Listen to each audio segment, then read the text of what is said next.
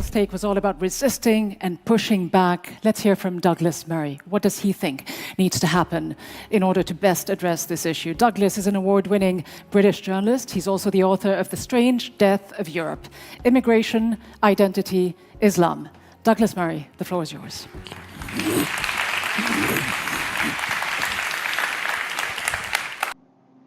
Hey Veracity, welcome back to the channel. It's a girl VeraMoore, and I'm back with another reaction video.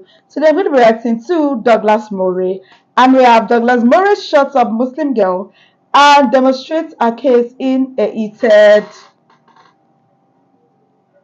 immigration debate. Let's go. Well, thank you very much. It's a great pleasure to be with you here in Doha.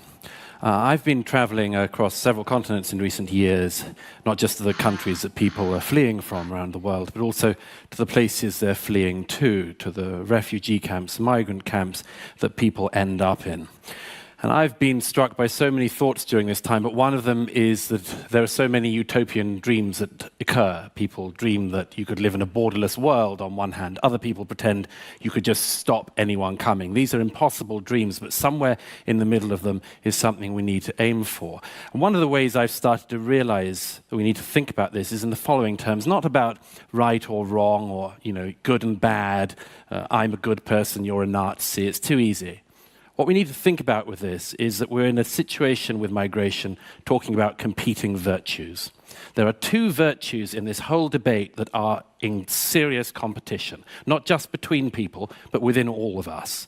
The first virtue, I would say, is the virtue of mercy, the desire to be merciful to our fellow human beings who are suffering. And we all feel that. Everybody should feel that. But there is also another virtue here, the virtue of justice. And that's not just justice for people fleeing countries, but justice for people in the countries that they are fleeing to. And we can't ignore those two parts. We need to recognize that's what's going on here. This is why it's so difficult, and the debate goes down the middle of all of us. So look, there are so many questions we need to think about if we're going to address this. And I'm so glad, by the way, this isn't a debate, because this is a very not debatable issue. But why we need to think about this. Let me give you just 6 examples of things we need to think about much more deeply than we have. The first is this. I would suggest it is very obvious that the developing world cannot move to the developed world. So what do we do? Who can come? That's one part of that question. And the second part, which is much harder, who can't?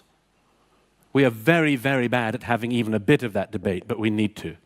Secondly, what are the differences between people fleeing for their lives from a war zone and people fleeing serious, severe economic deprivation in, for instance, sub-Saharan Africa? Now, there are differences, but if you recognize that, then you've got to work out where along the way you would put your line for legitimate asylum claims. A third of people in sub-Saharan Africa polled last year by Gallup said they wanted to move and leave sub-Saharan Africa. So you've got to work out along this way, if you're going to have a sustainable asylum policy, who qualifies for it. And I would suggest we're not... Douglas Murray emphasizes the balance between mercy and justice when addressing migration. He argues that we must distinguish between those fleeing war and those seeking better economic opportunities. How can we create fair asylum policies while considering the impacts on both refugees and host countries? It's easier to mix into other cultures and others, but we don't know exactly how.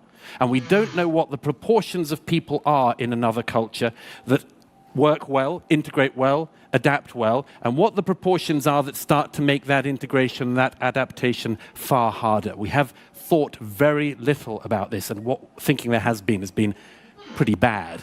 Let me give you another example of something we need to think about. How do we deal with a question this serious in the age of social media?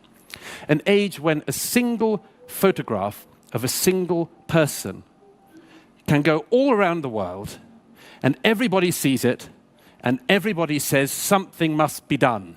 And their politicians think, I've got to do something. And then they do something, and the public say, no, that wasn't the something we were thinking of. We thought of something else, but we don't know what. How do we live in that world? How do politicians act in that world? How do we have any form of political leadership in that world? How do we work out what the right thing to do is in that world? Not just in the short term, but in the long term too. Let me give you a 5th question. How do we ensure that we're able to have a serious and deep debate about these issues, and that we're able to allow people to express legitimate concerns and have that debate without those legitimate concerns being dismissed as xenophobic, nativist, and so on. How do we work out where that might be the case? And how do we work out where it's not, where there are legitimate fears? Sixth question, how do we overcome fatalism? The fatalism you hear everywhere these days, sometimes in the spirit of optimism. This is the world as it is now. People move. This is globalization. Get used to it. Suck it up. Don't complain. How do we get used to that? How do we deal with that? Now, I've got, rather unsurprisingly, fewer answers than I've got questions. But let me give you just 3 answers I would suggest that we could hold on to as the beginning of a set of answers to this. The first is, hold a very clear line between people fleeing for their lives from war zones and people fleeing economic deprivation. Find and hold to a very clear line on it. If you do not, I predict with absolute certainty that you will continue to erode public sympathy with people who need the sympathy the most, because these things will be rubbed together and elided. So I would suggest, first of all, find that and hold on to it pretty close. Second thing I would suggest, find a broad level of agreement, and there is a lot of this internationally now, that the best way to cope with the most serious situations is to keep people roughly in the area of the country for which they fled. It's much easier to look after them there. It's much easier to get international aid there. My own country, Great Britain, is, I think, the second largest donor of international aid within the regions of Syria. That should, I think, be one of the models for this, that we make sure that we don't have this idea that some people have that you disperse X percentage there and X percentage there and put these people there. Thirdly, I would say make sure you increase economic productivity in refugee camps. Make sure people have a hope and a purpose and a work life when they're out. Murray questions how different cultures integrate and adapt, suggesting we need a clearer understanding of these dynamics. In an era dominated by social media, how can politicians make informed, long-term decisions without succumbing to short-term pressures? Outside of their country. Look, I'm concluding with this, because otherwise the music will get so loud you won't hear me. There are no simple answers to this, because there are no simple questions in this. This whole business does not give itself to sound bites, but it does need a much deeper debate than most of us have been willing to have so far. Thank you. All right. Wow. Douglas Murray, thank you very much. A few provocative thoughts, no doubt, that you mentioned there. A few jumped at me, such as when you said the developing world cannot move to the developed world. You seem to conveniently forget that the developed world moved to the developing world without asking permission. No, I don't. I don't. It seems to me as well that this is a particularly Western-centric viewpoint, and a misleading one at that, because you know as well as I do, and the figures show it, 85% of the world's refugees, in fact, settle in neighboring countries in the Middle East, Sure. in Africa and Asia. They do not rush over to Europe. Sure. You'd make a big mistake if you think I hadn't heard of colonialism. You don't seem to address it in any I'd way. also suggest, by the way, that I don't know how long we're going to go on about colonialism for. I'm happy to do it as long as you like. But let don't me we just have to be factful, though? Don't we have to be But also, don't think, careful about don't facts, think, if I about may say history? so, that colonialism was just a Western thing. What was one of the largest and most significant empires in history but the Ottoman Empire? We're Do we talking say about- that Turkey has to do something like the West to deal with That's this? not the issue. You brought up colonialism. You are talking about the Western view that they should stay where they belong. I'm saying that it seems to me to be much wiser that if you have a very large humanitarian crisis in, for instance, Syria, you try to make sure that people remain in the area. This isn't say all of them, But they do. but it is more likely. I absolutely agree they do. I've I mean, seen look, it look at firsthand. Turkey, What I'm suggesting. 3.5 million refugees. Look at Lebanon and Jordan per capita. What the I'm countries that have suggesting the to you most. In is- fact, in Lebanon, you've got 1 in every 4 person living in that country is Absolutely. a Syrian refugee. Absolutely. Challenging the Western-centric view, Murray acknowledges that most refugees stay in neighboring countries. He questions the historical context of colonialism, pointing out the involvement of non-Western powers. How do we address the moral responsibilities of countries involved in past and present conflicts? So to suggest they're not doing very much is just being misleading, being dishonest. Believe me, I'm not being misleading. And I said from the outset that I agree with the point that most refugees remain in the area. And I said that I think that that's a good idea. I'm suggesting to you that I think it's better that people, for instance, fleeing Syria, end up in the countries around Syria in order to be able to return to their country than putting them in But they will Norway. return. You are suggesting that they don't want to return. Who, in their right I'm not mind, if suggesting they they had don't the want to return. option, When did I and say we will that? hear from a refugee, if they had the option to return, of course they'd want to return. I didn't say they wouldn't. They leave everything behind. But you seem to also be oblivious to another important fact that I just want to throw at you before we go to a video clip that I want to show you. It's what about the moral responsibility, though, of Western countries that have contributed to the destabilization of the region, the meddling, the military interventions, not to mention the arms sales that continue as we speak? What about Do you that want me to answer that? responsibility? Okay, I'll answer that one frankly. Nobody denies, for instance, the disaster of Iraq. But who are the people who intervened most in It isn't Syria? just Hang Iraq. on, hang on. Let me answer it. Who intervened most in Syria? It wasn't America, it wasn't Britain. It's Iran, Russia. It's, among others, countries, including the one we're in and others You're around deflecting. the Gulf before, here. Before we got to Let's Syria, face we it, had that Iraq, they- we had Libya, we had many Countries in this instances. neck of the woods were much more involved in the Syrian civil war than my country was. Well, you're also so do throwing you want to money take at some it, aren't you? responsibility for that? Do I you think- want to I take think- more I think refugees blame here can in Qatar? Do certainly you can want to go take around. more in the Gulf? No one Right. is immune to any sort of criticism. well, but we're talking I'm about glad to the hear it. Western countries, the British countries, the British What did countries. Britain do in Syria? We're talking about these governments that you seem to suggest should be immune. No, or when should did I be suggest that? absolved of any When responsibility. did I suggest that? I want to get to the other point that you make, and it's an important one, Douglas Murray. You suggest that we need to actually balance between two very important virtues, two important concepts of mercy toward the refugee and justice toward your own citizens. Let's take a quick look at this instance involving refugees. Do you send anyone for us? We are the Syrians, about 300. Sir, I give you the number of Malta authority because you are near Malta. Hello? Yes.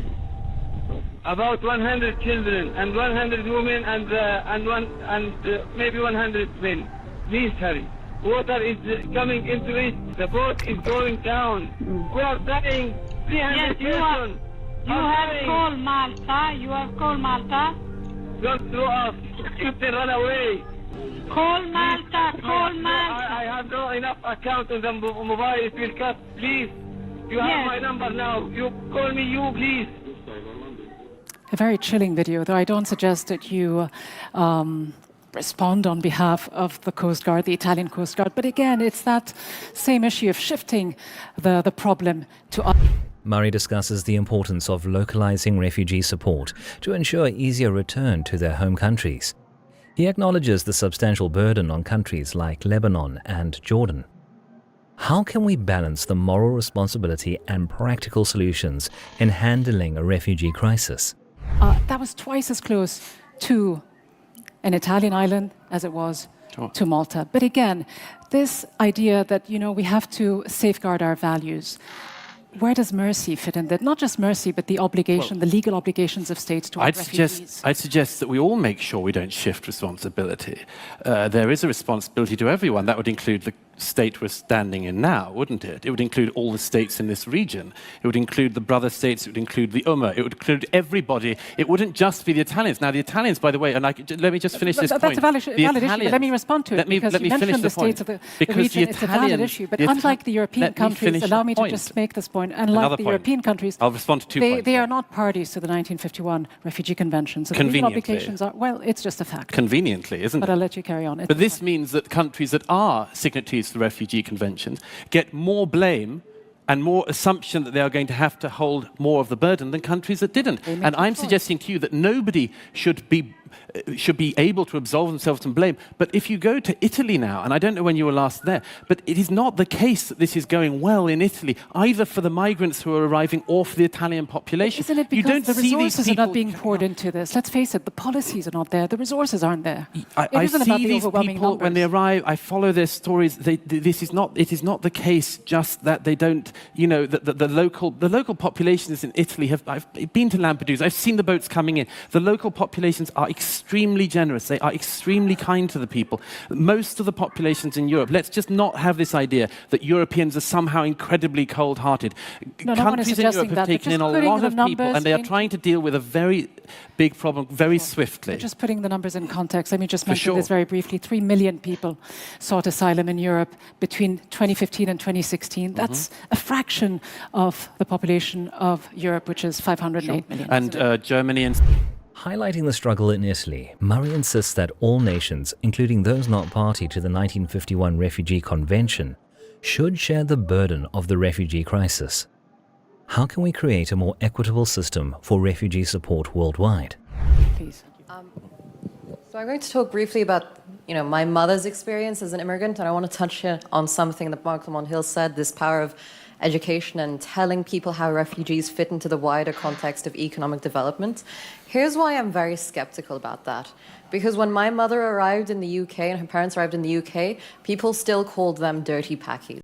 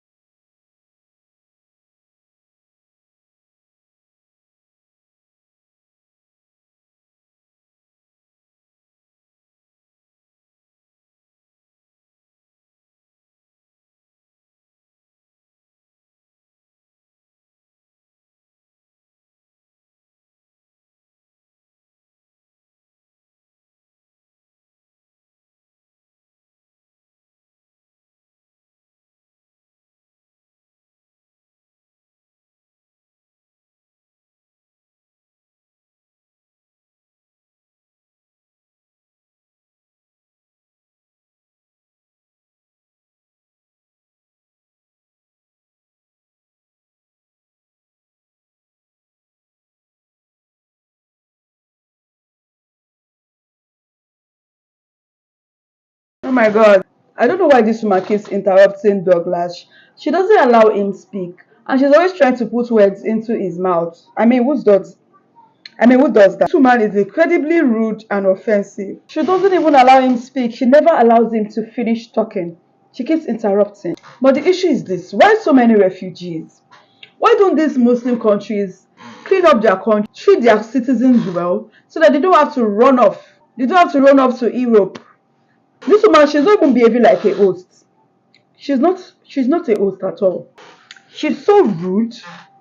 Forced him to listen to her, yet she would not listen. The solution for the refugees is stay in your own country. Fix your country. Stop putting your burden on the Western country. Because if Islam is so great, why are they living in their Islamic countries? Why? She's obviously not educated enough to have a debate. Douglas, I really admire him for his courage to stand up and speak out against this Muslim. Britain is so awful and oppressive. Then why are you still there? Why not leave? Go to your own country.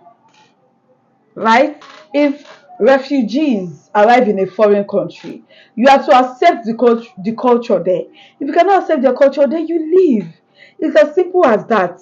What do you guys think about this video? What are your thoughts? Drop a comment down below. I totally enjoyed this. If you enjoyed this video as much as I did, give it a huge thumbs up and please share this video. If you're new to the channel, join VeraCity. Hit the subscribe button below, turn on the post notification bell so that you can always be the first person to know whenever a new video drops. And that's guys, see you in my next one. Bye guys.